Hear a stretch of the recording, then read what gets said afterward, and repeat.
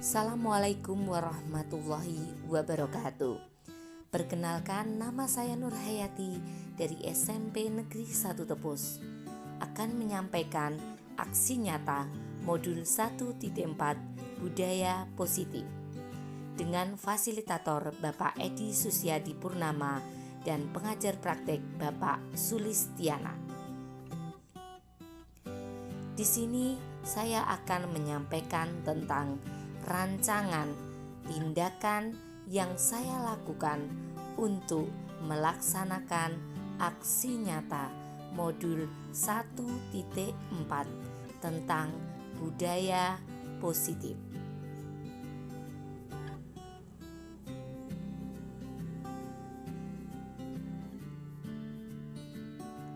Latar belakang masalah adalah sebagian murid tidak suka dengan adanya peraturan, karena selama ini jika mereka melakukan pelanggaran maka akan mendapatkan hukuman dan cenderung akan mempermalukan dirinya.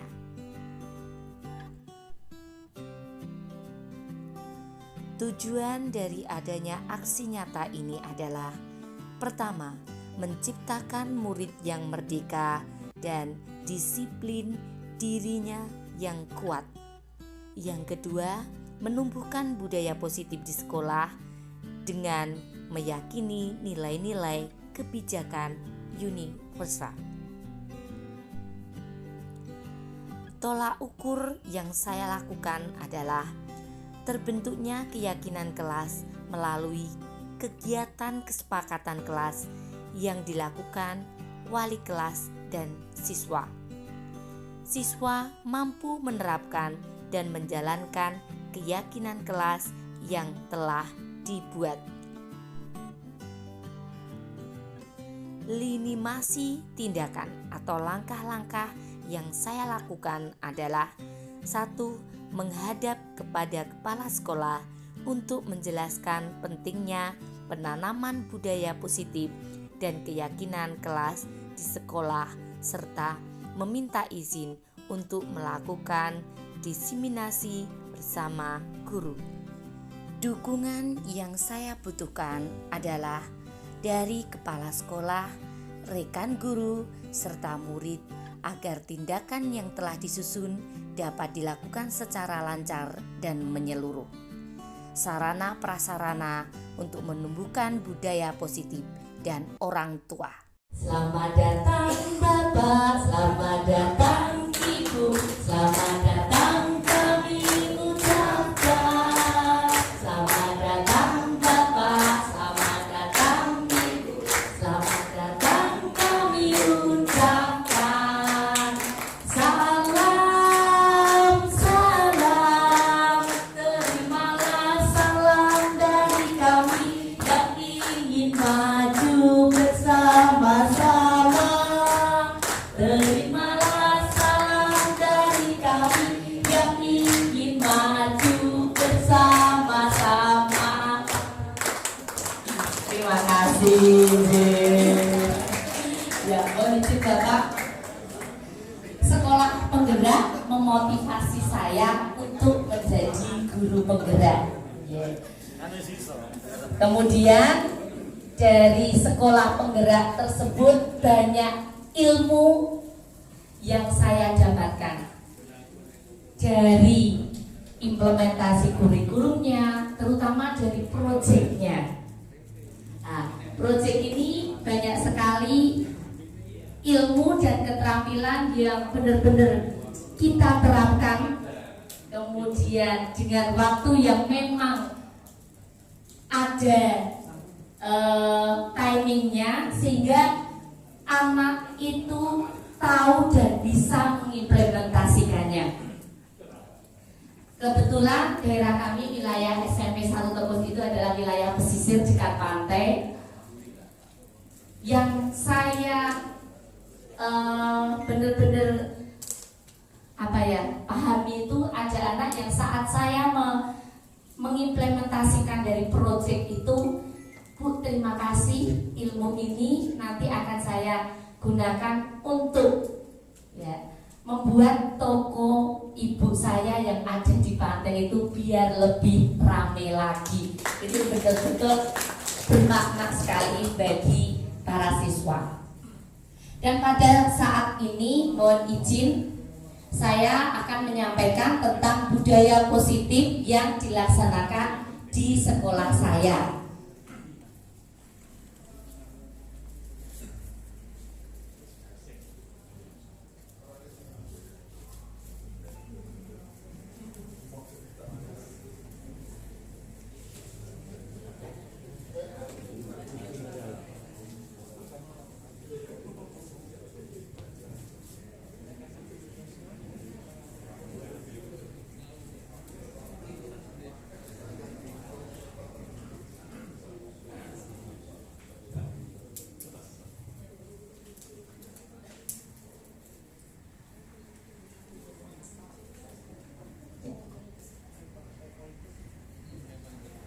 Konsep utama dari modul budaya positif yang tidak jauh dari sekolah penggerak adalah perubahan paradigma belajar, di mana dalam penerapan implementasi kurikulum dengan paradigma baru, yaitu pembelajaran dengan berdiferensiasi.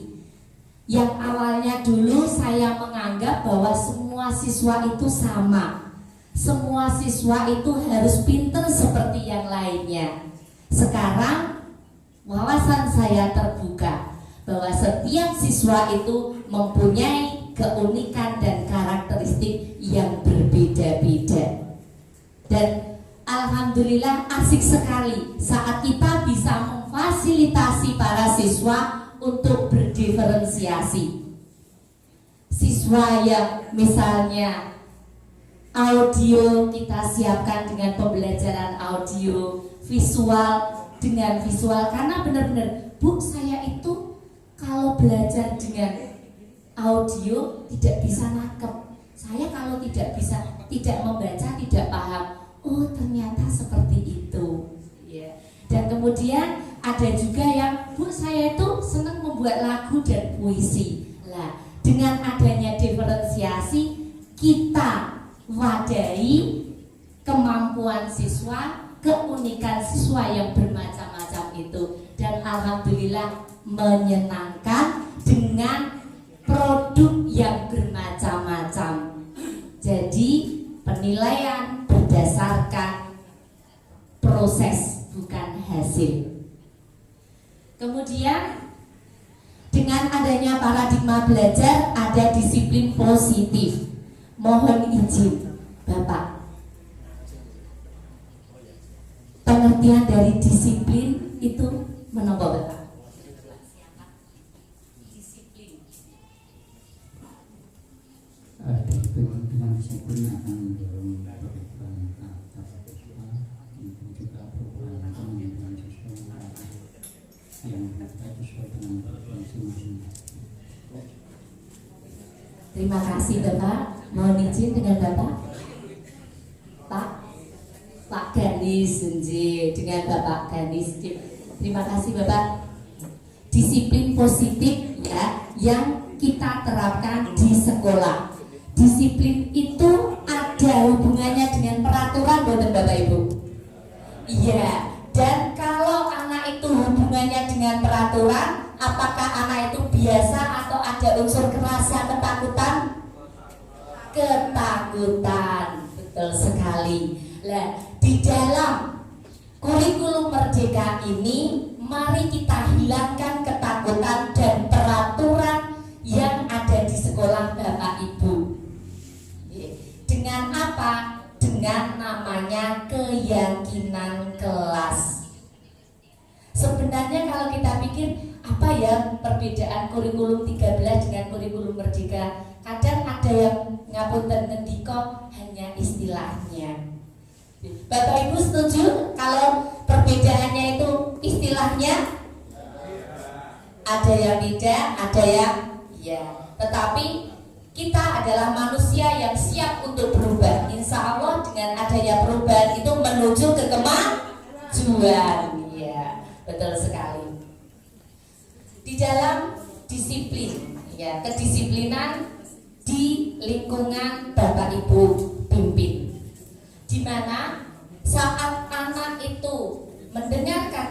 peraturan, mendengar kata disiplin, ada rasa takut dan keterpaksaan. Ya. Mohon izin Ibu, apakah disiplin itu harus dilakukan di sekolah Ibu? Mohon izin. Iya harus. Supaya berjalan dengan baik, nyaman, dan aman bagi keluarga.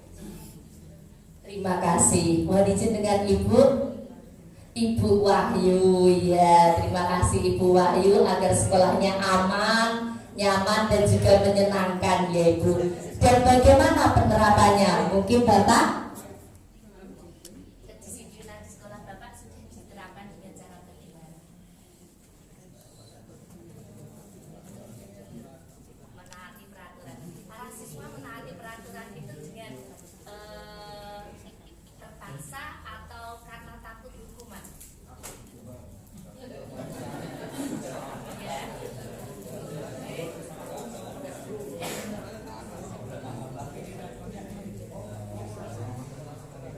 kesepakatan yang kita bentuk dalam kelas khususnya. Terima kasih Bapak. Dengan Bapak siapa? Bapak Edi. Matur nuwun Bapak Edi. Ya, betul sekali. Ya, dan di sini nanti kita akan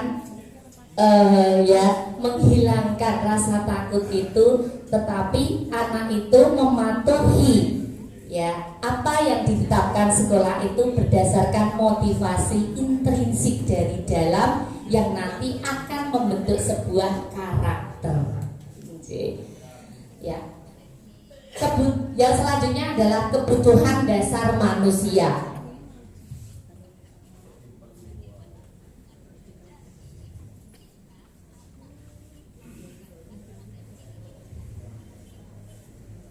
Ya, bahwa disiplin adalah sesuatu yang dilakukan seseorang terhadap orang lain untuk mendapatkan kepatuhan. Kita cenderung menghubungkan kata disiplin dengan ketidaknyamanan. Leres boten Bapak Ibu? Leres. Sebagai pendidik, tujuan kita adalah menciptakan anak-anak yang memiliki disiplin diri sehingga mereka berperilaku dengan mengacu pada nilai-nilai kebajikan universal dan bukan motivasi ekstrinsik. Kalau anak-anak itu mematuhi peraturan dari permintaan Bapak Ibu guru, ngapunten Bapak, itu dari motivasi intrinsik atau ekstrinsik Bapak? Matur nuwun, dari motivasi ekstrinsik. Kemudian disiplin positif merupakan salah satu cara penerapan disiplin yang bertujuan untuk menumbuhkan kesadaran serta memberdayakan anak untuk melakukan sesuatu tanpa adanya imbalan, ancaman ataupun hukuman. Adakah di sekolah Bapak Ibu seorang anak itu mentaati peraturan karena takut dihukum? Ya. Ada yang hanya ingin menyenangkan gurunya? Ada ya. Terima kasih. Selanjutnya adalah kebutuhan dasar manusia. Saat anak-anak melakukan sebuah tindakan, ada yang kebutuhan dasar bertahan hidup, kebutuhan kasih sayang dan rasa diterima, penguasaan, kebebasan dan kesenangan. Misalnya di sebuah sekolah ada kasus seorang anak yang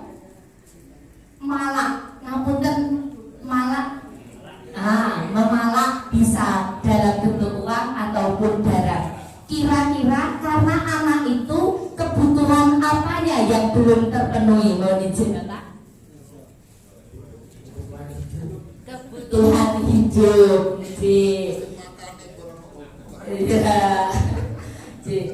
Terus jika anak tersebut ngapunten cari perhatian, kira-kira apa Ibu Cantik? Kasih sayang dan rasa diterima. Iya, kasih sayang dan rasa diterima. Kira-kira ada bapak ibu yang misalnya caper sama ibu?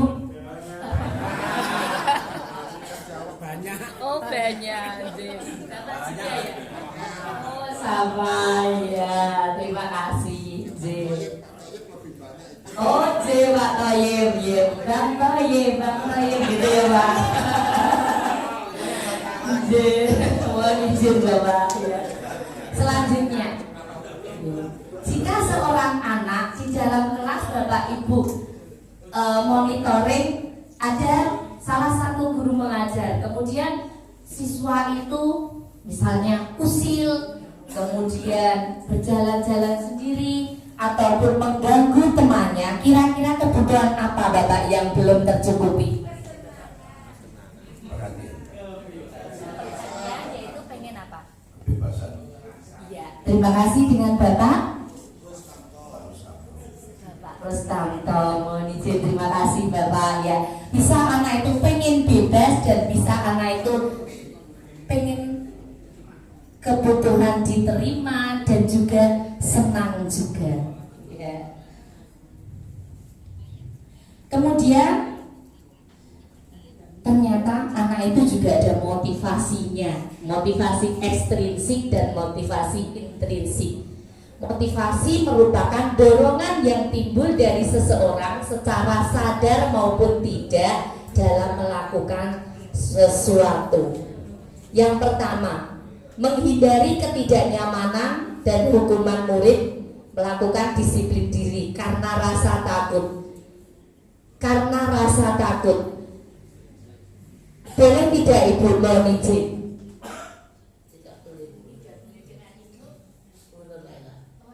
Benar juga, jadi terima kasih Benar Laila ya.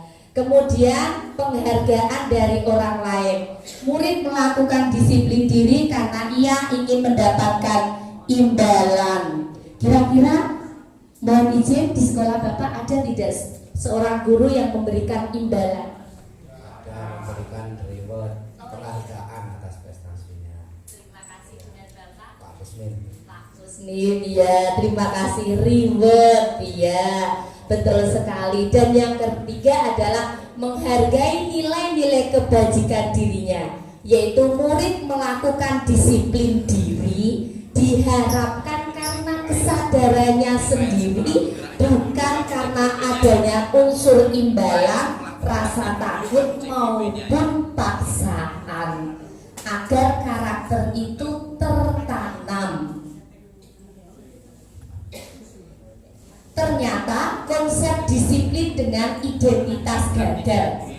Jelas hukuman nanti bisa menyakitkan, tidak nyaman, murid takut, memaksa, dan murid akan menyembunyikan kesalahan.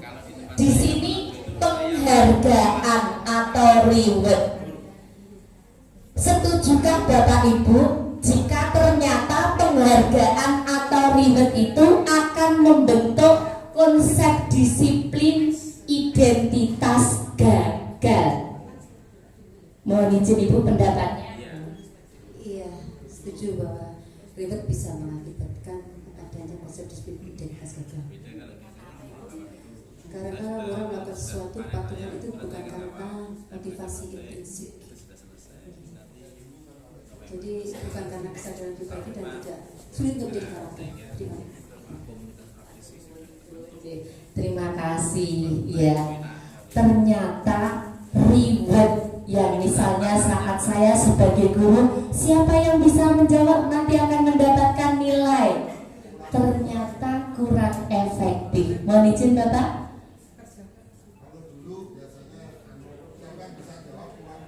Oh Jen.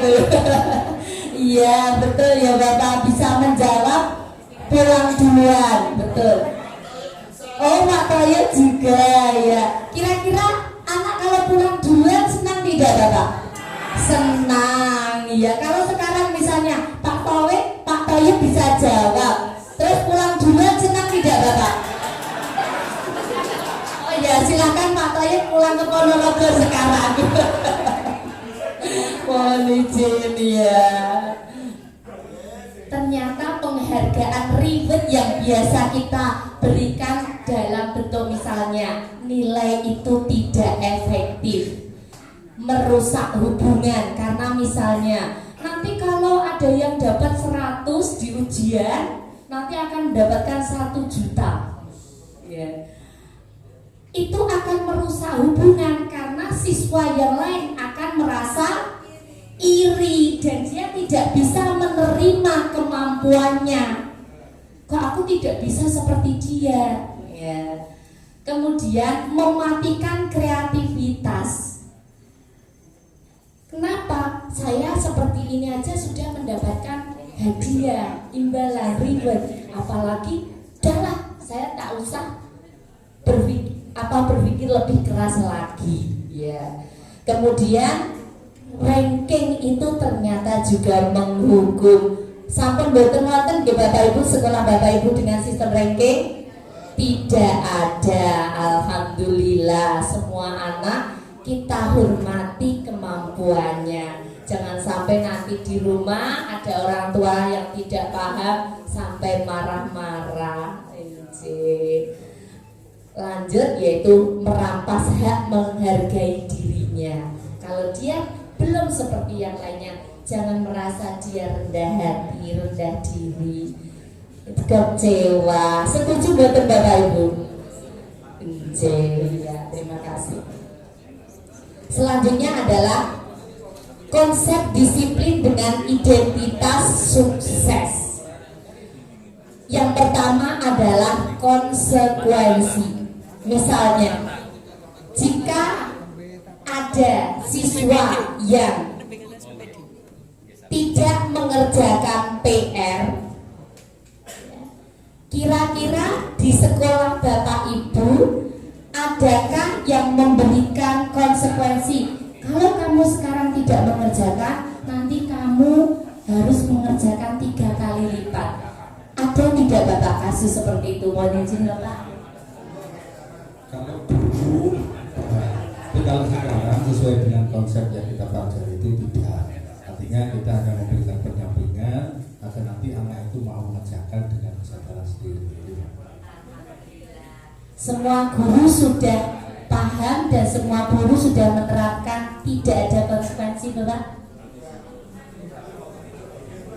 Iya, semuanya berproses, tidak bisa seperti membalikan telapak tangan. Iya, betul sekali. Konsekuensi. Selanjutnya adalah ada stimulus dan respon. Terima kasih. Ya.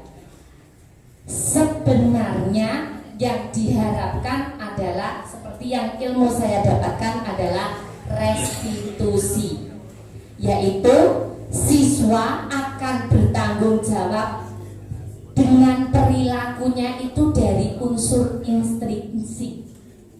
Iya, seandainya misalnya kita konsekuensi anak tidak mengerjakan PR, kemudian anak tersebut disuruh untuk menulis 100 kali. Itu pernah terjadi ya Ibu?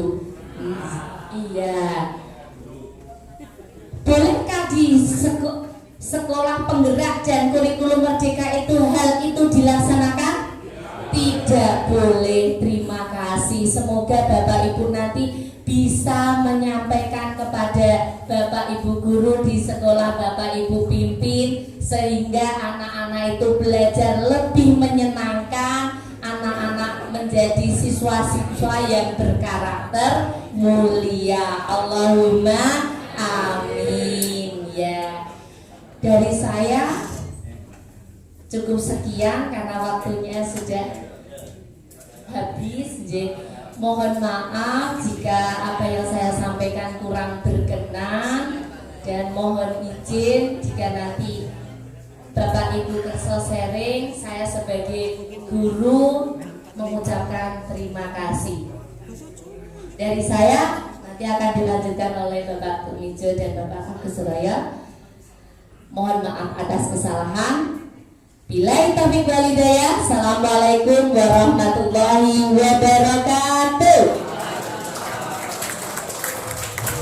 Terima kasih kepada Bu Nur Hayati. Pripun Bu?